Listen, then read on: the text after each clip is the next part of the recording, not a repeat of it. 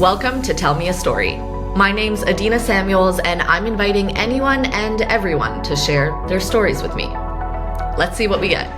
Graydon, welcome to Tell Me a Story. Thank you for being here. Thanks for having me. I'm really excited to get to know a little bit more about you and hear your story. So what do you got for me today? I was thinking that I would tell you the story about how I decided to start a sort of creative career. Okay. Because I went to school for something that, it is a creative endeavor. It's computer science. I have a math degree from Waterloo in computer science, and there are creative problem-solving aspects to that, but I don't think it's widely considered a creative career in the same way that writing, art, music, acting, those kind of things would be considered creative. So that was what I was thinking to talk about. That's all. Great. I realized I jumped right in and I didn't even get you to introduce yourself. So why don't we dial it back for a second? Who are you, Graydon? Who am I? I've watched a few other episodes of the podcast, and so I know that there's not a standard way to introduce yourself, but I have a standard way. I have a bio where I say I'm a dad, an author, a musician, and a former tap dancer. my list. I have a lot of questions, actually. I didn't know you were an author. I wrote one thing, and it's self-published, and I wrote it, so there you go. But You're an author. Mainly my creative stuff was being a musician, and the band was called the Young Novelists. And so in part, not because of the name of the band, but at shows people would be like, oh, so Young Novelists, so who wrote the book, or who wrote it? Nobody had for a while. And then I wrote a book, and then I was able to. It was just a marketing ploy. Yes, exactly. It's the only reason to write books, I think, for marketing ploys. Definitely. Okay, Graydon. So let's hear what took you from a math head to a musical genius. Yeah. Wow, that's a lofty transition. That's the title of the episode. Fair enough. Yeah. Math head music. I will say a lot of music is math related. I used to, because I was at Waterloo and I was doing co-op. And so during co-op terms, I would actually try to figure out things about music stuff that I was interested in. So I realized this because in fourth year, I took a music 101 course, because I never took any lessons during my childhood. Actually, that's not true. I took 2 months of drum lessons, and that's it. That's my entire formal training in music. I can't read sheet music or anything like that. So I realized, though, in fourth year when I took this music 101, and you're learning a bunch of things about how music is created, they show you the circle of fifths. And if somebody's not familiar with that, feel free to look it up. It's a pretty interesting and cool way to look at music. But depends who you ask. Sorry? I said depends who you ask. Depends on who you ask. That's okay. And certainly it's like a Western music tradition thing. It's not like for all types of music. But I realized I had worked out the circle of fifths in my second year. In one of my co-op terms, I was like, oh, this is an interesting relation. Like if you just keep going around like this, you hit all 12 notes of that exist in the sort of modern musical scale by jumping in these intervals. Mm-hmm. And then it starts to repeat, and and then you can go backwards too. So anyway, I was just like, wow, why did I do that? Why did I spend so much time working Someone it out? else already figured it out. Yeah, somebody it's like reinventing the wheel. Of course, it takes reinventing the circle. Reinventing the circle of fifths. So anyway, at the end of my career, I guess, in school, at the end of university, I was all set to go to grad school. And I actually did start grad school, but the summer before that, I'd been dating a woman for a long time, and we stopped seeing each other. And I went through that summer sort of not really thinking about grad school stuff, which was starting in the fall, but I was just kind of oblivious. I was on a bit of a cloud. It was not a great relationship. And sometimes when you finish a semi-long, sort of painfully not good relationship, you kind of get euphoric. And I was pretty euphoric. I was like, yeah, a very happy time, but also a very untethered time. I was kind of like, what do I do with myself now? Because she was the kind of person who likes to plan her life, and she had all these plans for the both of us, really. And I went to grad school. I started grad school in artificial intelligence, and I was not like getting out of bed in the morning. I didn't want to go to classes, and I was certainly feeling not myself, because I'm the kind of person who likes to get up and like do stuff in the morning. So it was a weird feeling. It took a while to recognize that that was occurring, that I was even in that space, and then to try to figure out why that was happening. I realized essentially that I was on a path that my ex-girlfriend had sort of laid out for me. She was like, you should go to grad school and you'll get this kind of job and you'll live this kind of life and we'll be together. So, she had made these kind of plans for our life, and I was just kind of a go along guy. And I was like, sure, whatever. So I kind of was following this plan that had been made for me, that it wasn't really my own plan. And I have two things to say. First, you said a lot of music is math, and you were saying that, or a lot of music is math, and you were saying that like it's a good thing. That is what I absolutely cannot handle about music. I have a very specific story to illustrate this. So typically I did go through like the typical music education system. So you do like your exams, you go through your grades, and alongside the kind of practical, the playing, you have to study music theory, which is where the math comes in, the counting and the harmony. And I mean, I can't say much about it because, well, you'll hear the rest of the story. So we focused primarily on the practical, the playing. But at one point, my parents thought, let's get Adina a theory teacher. This guy comes over on his motorbike to our house, and we have our first session, and my mind just doesn't compute anything that he's saying. Like, I would love to give you an example right now to illustrate the point, but I can't because all of it has been blacked out. Fine. He comes back the next week. Yeah. He comes back the next week, and I don't leave my room. And I am not that kind of kid. I must have been like 10 at the time.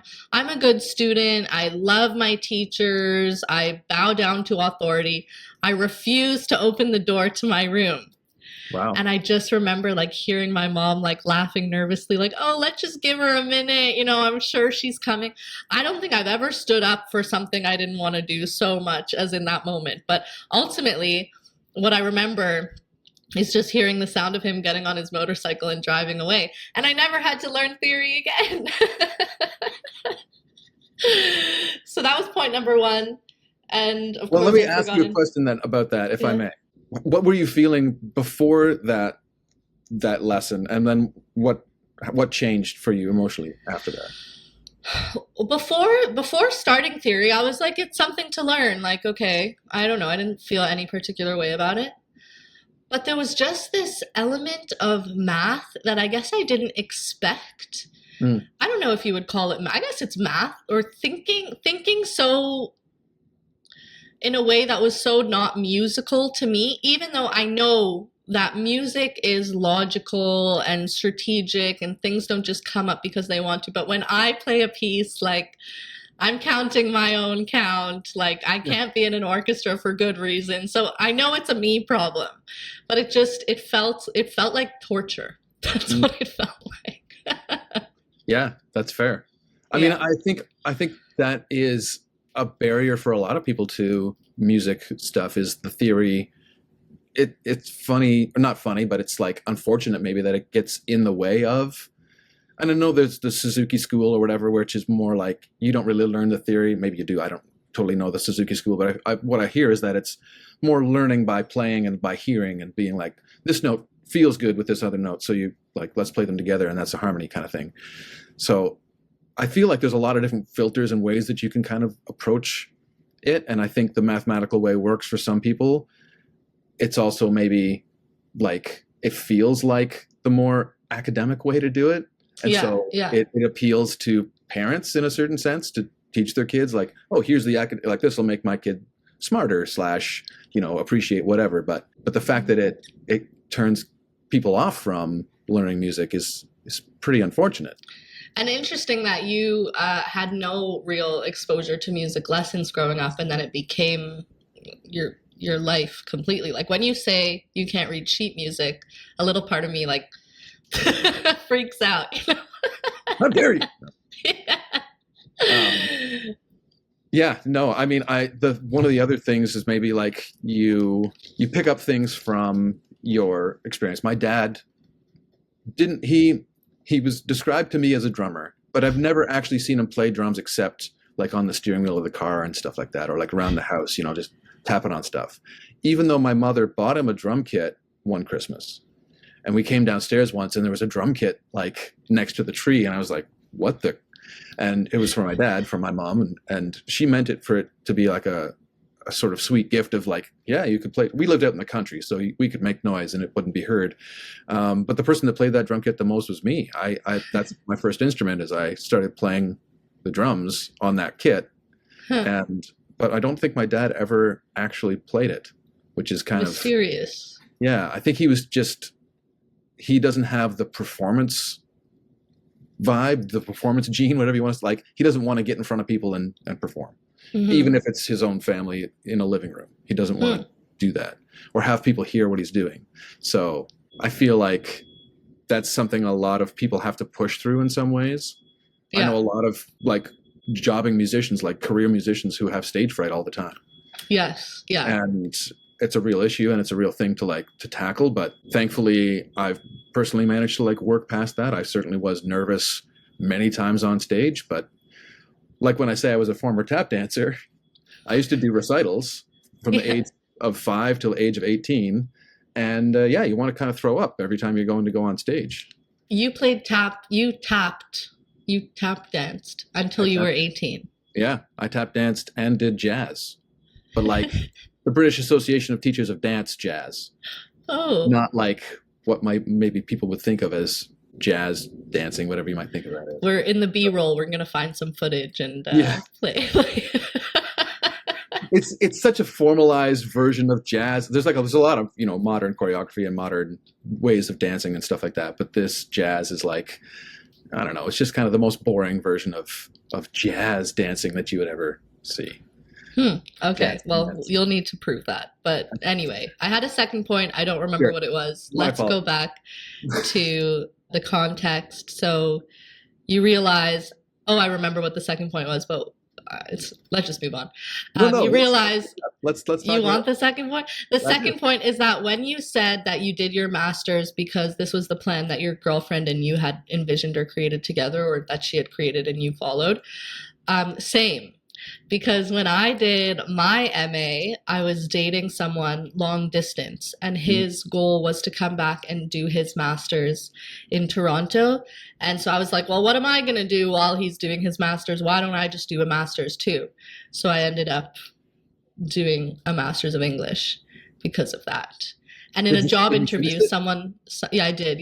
Someone asked me, why did you do an MA in English? And I told them the honest truth, and I didn't get the job, as I shouldn't have. So, but isn't there? I don't know. Job interviews are another weird part of human life. But you would think that the honest answer would be more valuable than because of some made up thing that you like. For the sake of the literature, is what I should have said. Exactly. Anyway, continue, Graydon. Sorry, so you realize you've been led astray. Yeah. I remember quitting the program. My advisor was very sad. We were actually like pretty good friends. We hung out and like chatted a lot about non-artificial intelligence related stuff. We both liked certain kinds of music that, went to concerts together and stuff. He was a really cool guy. He was a really nice guy.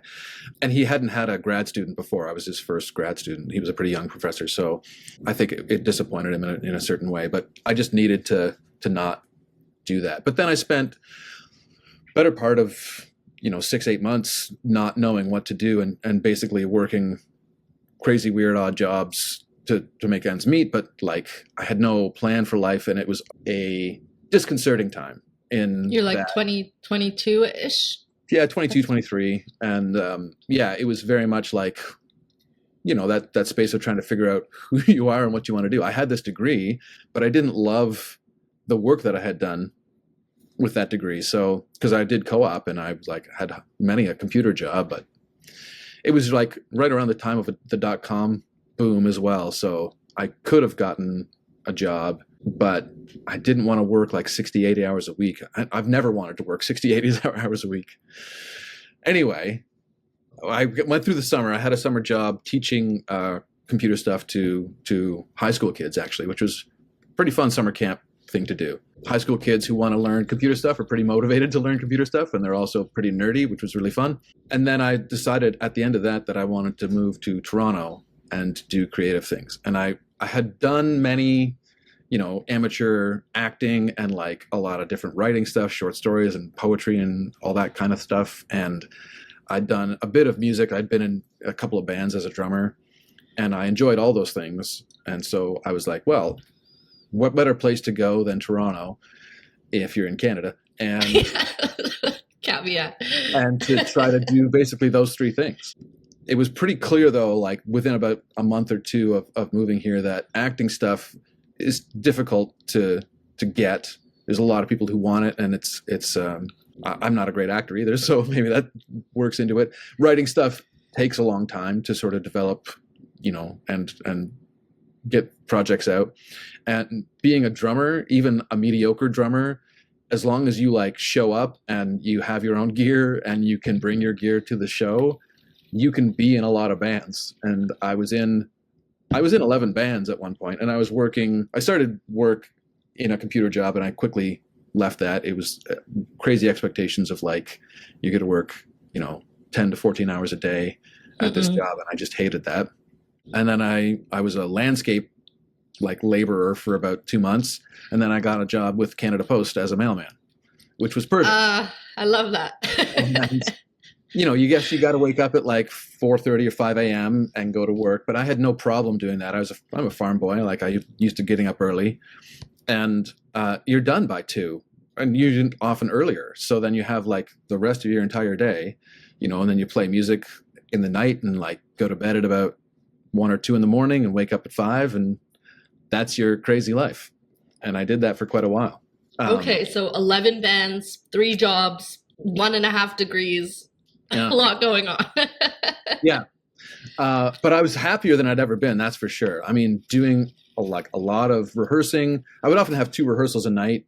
You go from 6 to 9 and 9 to midnight. Or if I didn't have the 2 rehearsals, I'd have a show. I might have 2 shows, depending. Like there was some times where you have to like play a show early, race across town with your drum kit, set it up again, and play another show at another venue. Yeah, it was pretty great times. The one thing that I was kind of missing was I wasn't touring at all. I was in, relatively local amateur bands, and we had growing followings. But the thing that kept occurring was that we would go like, 8 months, a year, maybe almost 2 years into like playing shows and stuff, getting a following, getting better shows. And then the lead singer would be like, we really got to change our sound. And because, they weren't artistically satisfied with what was going on. So it would be like, we haven't even recorded an actual album of our songs yet. And like, you want to change our sound. So that got pretty frustrating. And I eventually realized if I want a musical endeavor to go the distance, I'm going to have to be the person who drives it. And I'd always played around with guitar stuff as a drummer. A lot of drummers pick up another instrument because it's more portable. So I played guitar a bit, as campfire chord stuff, and I was writing songs, and I decided to do that. So I started a band with a bunch of my friends. Hold on. So in this like year or so, I guess, that you've been banding and working and stuff, do you see music as like a viable career path, or is it like what makes you feel like you want it to even go the distance? Yeah, I mean, my ideal job would have been a touring drummer for bands, and being able to sing harmony and stuff. Like I wanted to be that kind of drummer, and it wasn't coming together in part because of this kind of stop and start of all these different band projects. It was actually, I think it was a grand total of 8 years that I was doing that stuff, and starting to touch on touring with a couple of the bands. Okay. Going to Montreal. And were you making money from the music? Barely. Like we were essentially not losing money. Okay. Whatever we put in, we were getting out. And a few bands recorded albums here and there and stuff like that. So I got some studio experience that way. But ultimately, yeah, nothing was really working. And it was partly like, that, as I say, that stop and start that made me realize like I got to kind of put my own whatever creativity art on the line and like my songs and stuff. It was an interesting I don't know. It's a little bit like similar to quitting the master's program, being like unhappy with where things are at and trying to figure out why, and realizing that nobody's as serious about making this a career as I seem to be. And so if you're the one that's pushing and putting a lot of energy into stuff, and people kind of drop out on you, you're like, I can't keep doing that. I can't keep putting my energy into something and having like the person that I need to be part of this, the lead singer, often change their mind, drop out, or whatever. So why did music feel so much better for you than the computer stuff? yeah, it's one of those like path of least resistance things. Well, it felt better than computers, I think, because of the sort of expectation that I had experienced under computer stuff, that like long days of sitting at a desk and working on your computer. Not that that's not like enjoyable in some ways, but yeah, music was just a much more exciting space to be in. And I was probably putting in 10 hours on music stuff, right, without complaint, and realizing like that's totally fine for me. Okay. Yeah. Makes sense. So then, like I say, I started a band with a bunch of friends. That was a bit of a mistake because I was serious about it, but they kind of weren't. They were like good friends of mine, which is great. It's really nice to make music with your friends. But, we'd have rehearsals and it would be like, we're never getting any better. Like, let's run that song again. And it's like, sounds still kind of the same and still kind of bad. And I remember at rehearsals that they would be mad at me. They're like, why are we running the song again? Like, we know the song. Like, yeah, you know the song, but we're not playing it well yet. There's a difference between knowing I got to hit this chord versus like I'm actually doing a good job of hitting the chord or whatever. Yeah. Or we're playing together. Like there's something about the synergy of things that is hard to get and a little ephemeral. And when it's your friends, it's hard to communicate that in a way that doesn't feel like talking down to them or, challenging their credibility or, it's kind of a tightrope. I feel like there's a lot of artistic spaces where collaboration occurs. And it's that question of how do you talk to your collaborators in an honest way that doesn't hurt their feelings, essentially, if they're not doing the thing that you think that they should be doing or whatever. So I broke that band up, but like kind of a bit surprising to them, I think, because they felt like things were going well. We were actually getting some okay shows and stuff like that. But I booked a show and I just sort of said, like about a month before that show happened, I was like, that's going to be our last show, guys. And they were like, what? And I was like, it's just like, it's not really fully coming together. And, they were pretty upset with me, which is fair enough. It happened that I broke the band up and essentially got a different band together that was playing the same songs. No. So I can see why they would be upset with me. Yeah, but I take their side in this story. Yeah, no, fair enough. It just wasn't working, and they just weren't the guys to play the music with, unfortunately. That's another aspect of the artistic career space. Like, it's fun to do artistic stuff with people who are your friends, and it can be a really like happy, enjoyable time. But if it's not working in terms of a career, you kind of make a hard call. You can kind of go one or two ways. Well, one of many ways, I'm sure. But like, there's certainly a path of, I'm going to keep it this way. It's going to be essentially a hobby or an amateuristic sort of space. And that's fine. I'm very satisfied with that. Or I want to make this more of a career. So I need to make the choices that are going to make it more of a career. And that can feel a little corporate or a little like, I'm making these choices for monetary reasons, for career reasons. And that sucks. But if that's what you want from your experience with music, for it to be a career, you kind of have to do that sometimes. And at this point, was that what you wanted because you had invested in the risk, or just because you didn't see another thing that you wanted to do? Like, why? What made that switch for you? It was just clear that I was, like I say, I was the serious, let's make this a career guy in the band. And the other guys were like, no, this is just fun. Like, let's just have fun. There may have been something that like triggered that realization. One of my friends saying something like, along the lines of, but it's just fun. Like, we're just having fun. Why should I be putting in time outside of this? Mm. And me And you were realizing, like, oh, okay, that's just your mindset. yeah, And that's, again, totally fair. But if we want different things, we're going to have to take different paths. yep. So the band that well, in between breaking that band up and starting a new band, I essentially recorded all those songs that we had, because we hadn't recorded an album or anything like that. So I recorded all the songs in my basement, playing all the parts, except for a few of the lead guitar stuff. Oh gosh. 'Cause I really can't play lead guitar at all. And I released it was a triple album, because there were 42 songs that we had. And I was just like, I'm just going to put them all out, because why not? Why would I pick and choose which ones to put out? And my wife at the time was like, this is a stupid idea. Which is fair enough, because people don't want to listen to 42 songs in a row. That's too many songs. Yeah. Yeah, it's way too many songs. But I will say the one sort of ameliorating aspect of it was I had the same thing happen 3 different ways from 3 different sort of parallel spaces.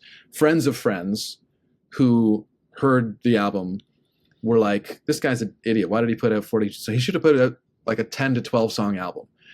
And here, saying to their friend, who is my friend, so I'm one friend removed, saying to their friend, here's the album he should have put out. Here's the 10, 12 songs that he should have made into his album. And those friends giving me those collections of songs. And there was like barely a song the same between the 3 albums. Really? So you're like, this is why I put out a triple album, is because I don't know who's going to like what.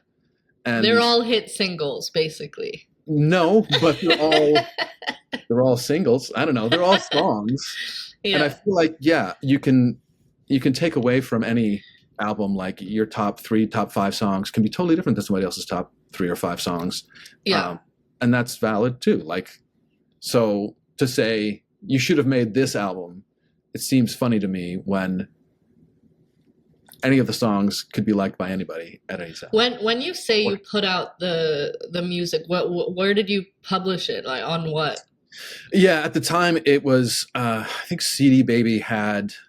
I printed them through a CD presser. Like I made 1,000 copies of this thing or whatever. I probably still have 500 or 600 copies of it. And man, I think streaming was a thing back then.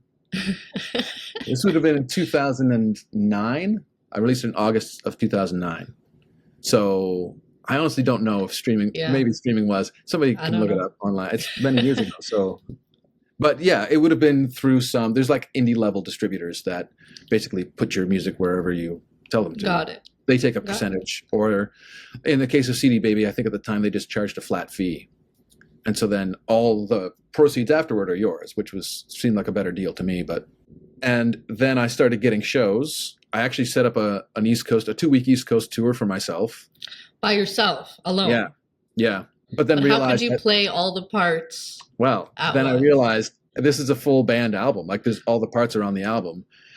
So, I mean, here's the thing. You don't have to represent the recorded experience the same way in the live show. And I've learned that. And in fact, there's a lot of value in the live show being different than the recorded experience. But at the time I thought, oh, well, it's a full band album. I got to have a full band to represent the songs properly, quote unquote. And so the people that I asked to join me for this tour were sort of the best people I had played with in other bands, because I knew so many people from other bands. The only thing I didn't know was a drummer, because I was playing the drums for all those. Yeah. So I got a friend's band's drummer, and he was a great guy and a good drummer. And then we did this 2-week tour, and we didn't have a band name. I was just Graydon James, and going around playing shows. My wife came with us. She was singing harmony. She sang actually quite a few harmonies on the album. And that was sort of the first time, too, that her and I were performing on stage together. And it's kind of funny. She wanted to be in the background and was like, don't put me near the front of the stage. She didn't play an instrument at the time. She was just singing. So she was like, just put me in the back corner, because she didn't want to be thought of as being in the band because she's married to me, which is fair. Yeah. But she's by far and away a much better singer than I am. And so you wouldn't presume that she's not there for her singing talent. She's a very talented singer, and that's clear from the moment she opens her mouth. So, but also not a professional musician at this point, right? Like, she had her career as well, her Yeah, corporate she was career. an environmental scientist. So, you take a computer scientist and an environmental scientist and you put them together and you get a folk rock A band. young novelist, I Yeah. guess. But it was only at the end of that tour that we were like, well, we should make this like a thing, like a band that plays shows together, but we didn't have a name. And so we went through the naming process, and I had the album was titled Good Night, Young Novelist, which was my way of saying, like, I'm going to set aside my notion of being artistic in many spaces and just focus on being a musician. So Good Night, Young Novelist, I'm done with you. That was the name of the album. So then we called ourselves the Young Novelists. Cool. And for a while, we were Graydon James and the Young Novelists because the album only had Graydon James on the front of it. But then it all comes back to marketing, Well, yeah, after a couple of albums, it's like Graydon James and the Young Novelists is way too long of a name. So I got kicked out of the band, and we just went by the Young Novelists. The other thing was sorry, go ahead. No, yeah, I was just curious, like, did you end up re-recording the albums then with the new band members? Some of the songs have been re-recorded, but largely no. I mean, I was just kept writing more songs anyway, so the next couple of albums that we released were just new songs. Yeah. And did you make enemies out of those friends who you ditched in the first band? Like, were they coming, like, throwing tomatoes at you at the new shows and stuff? No, but there was a time, probably about a couple of years, where we didn't really hang out much. And then it was like we started hanging out again, and, all was sort of forgiven. Because I think, like, for many musicians, it's a dream reality to be able to play for work. And you made that happen for you. Mm-hmm. And these guys that you shirked weren't as committed from the get-go to make that happen, but probably watching your success, they were like, could have been me. That's what I'm imagining they're feeling. Yeah, I believe that there is some of that, but I would argue that the alchemy of it came together with the people that I was playing with. And especially, honestly, the fact that it's me and my wife on stage. Here's maybe the dirty secret of artistic stuff. It's not like the cream rises to the top. It's like, there's a lot of reasons why people like the things that they like. And it's not just because the music is good or the writing is good. Sometimes it's that they attach to the people who are making the art in some way, shape, or form. And telling the story of, it's me and my wife singing heartbreak songs to each other on stage, people enjoy that story as well. And, there's a lot of my wife and I love each other very much. And we have toured together for about 12 years. So, you're spending that much time together. You're not just, there's a fun saying by Rob Reiner, the director, where he says, lust is easy, love is hard. Like is nearly impossible. And we like each other, after spending all that much time together. We still like each other and like spending time together on stage and stuff. And so, you see the love, but you also see the like, which I think is extra endearing. Yeah. And nearly impossible. I'm trying to lay it out here as, I feel very lucky to be in this situation, but also like, here's the thing that managed to work. And it just happened, we kind of stumbled upon it. But I think you can also, if you're, minded in that way, you can kind of look for it, or you can realize, like, this is not working. Like, whatever artistic thing I'm doing is not working. What do I need to change to try to make it more appealing, or to try to make it more viable? Which is an interesting take. Like, it's kind of appealing to the people as opposed to doing the thing for yourself more. Yeah, I think there's a lot of funny things that we tell ourselves about art versus commerce, and that, if you're changing your art in order to be more appealing in some way, shape, or form, then you're like compromising yourself in some way. I mean, maybe you are, I don't know, but what do you want from life? Like, we only have one spin on this great big ball, so what do you want to try to do? And it's all the answers are valid, all the answers are fair, but I think it's just being clear-eyed about it, saying, like, I don't want to compromise my artistic integrity. Okay, and maybe that will actually carry you through in some way, shape, or form as well. Like, that might be the thing that connects with people. I don't know. I have many friends who are musicians who are like, oh, I wish I could tour like you guys did. I mean, we've kind of stopped touring because of the pandemic, but we're going to release an album this year. We had a grant to make an album, and we was either like pay the grant back or record the album. So why not record the album? But honestly, we probably won't tour it. We won't be touring the same as we used to do ever again. We're just of an age where we're like, I'd rather be home with my kid. And, you could still put the music out and maybe somebody will listen to it on streaming platforms and that'll be nice. But it's shifted for me. I don't need that career in music anymore as long as I can keep making music in some way. I don't even care if people hear it that much. Because you kind of bet all your cards on the music thing for years and years and years.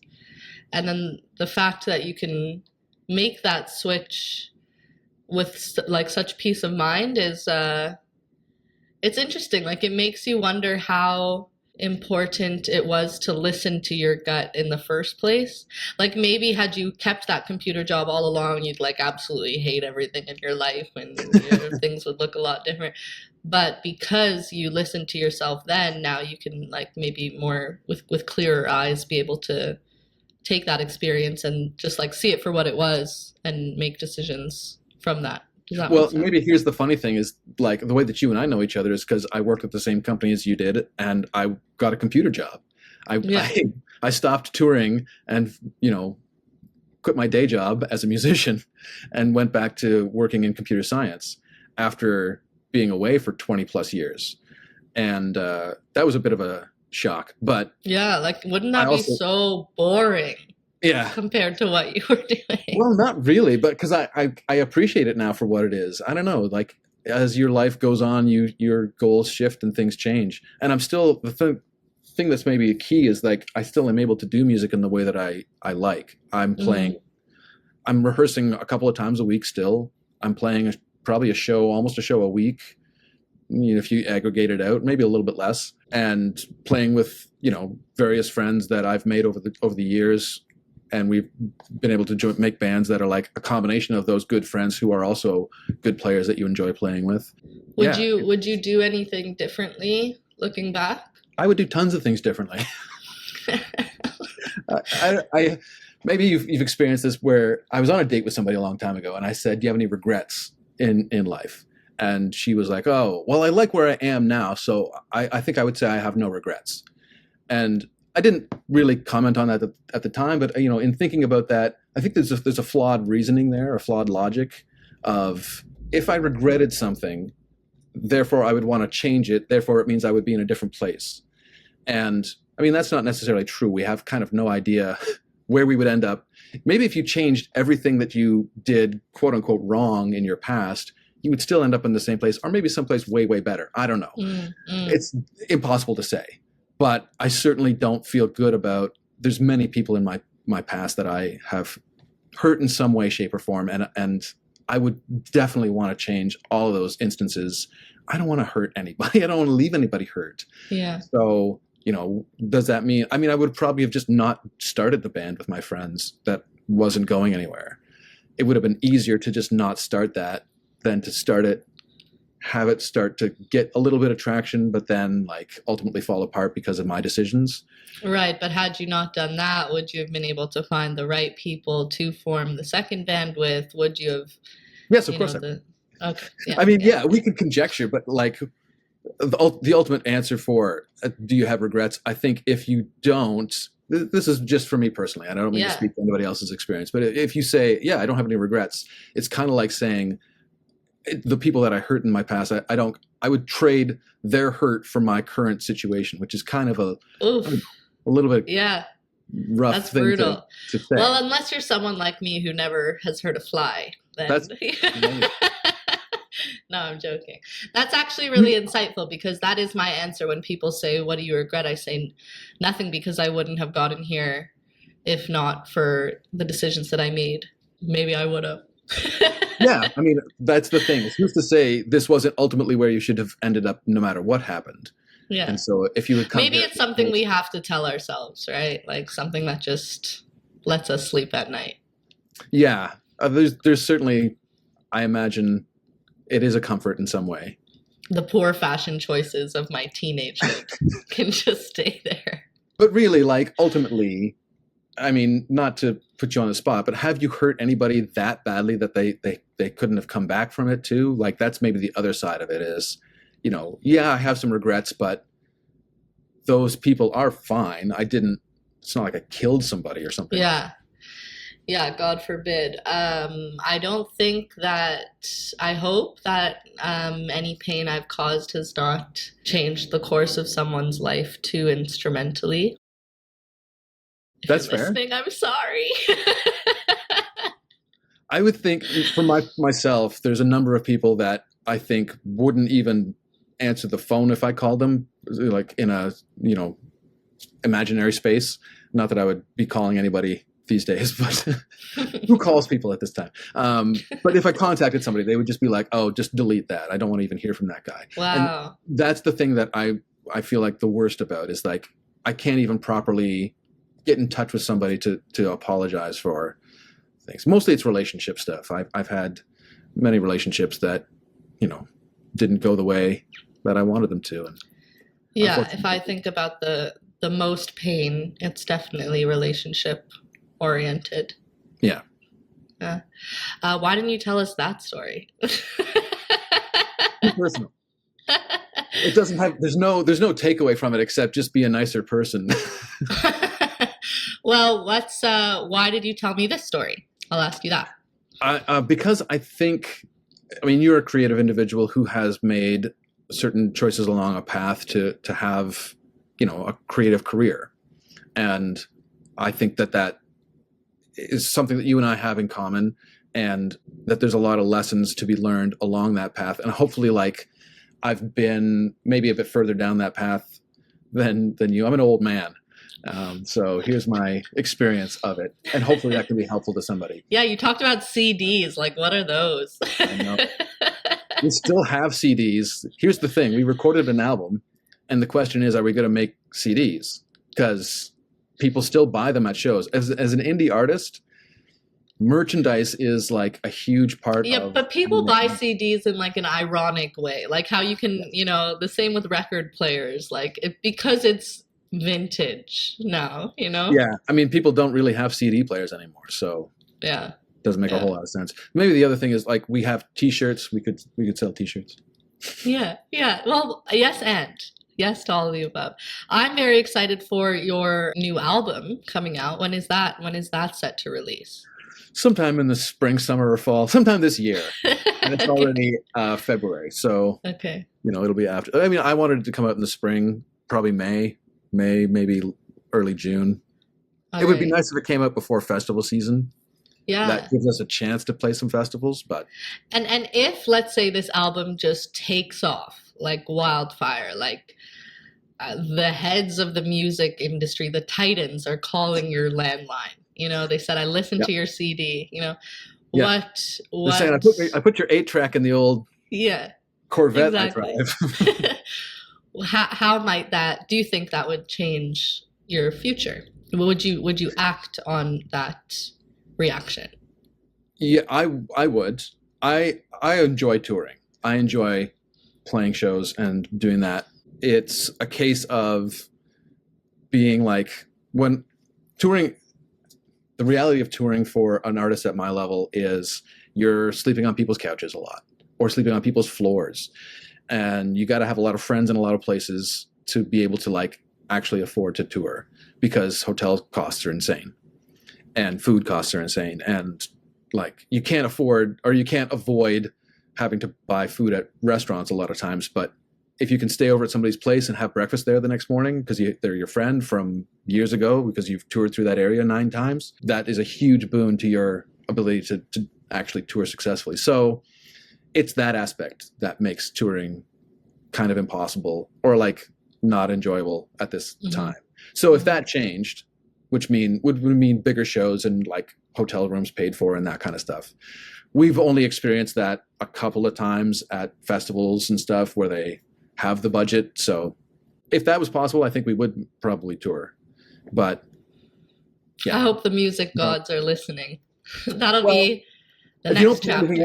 Here's the other aspect of I mean, especially music, if you don't put anything out, nobody's going to give you the chance. Nobody's going to hear your stuff. So that 42 song album, it's like, you just got to keep putting out more and more No songs. regrets. That's actually the title of the next album is Young Novelists, No Regrets. Sign me up. Yeah. Graydon, thank you so much for sharing your story with me today. I actually think it's going to help a lot of people.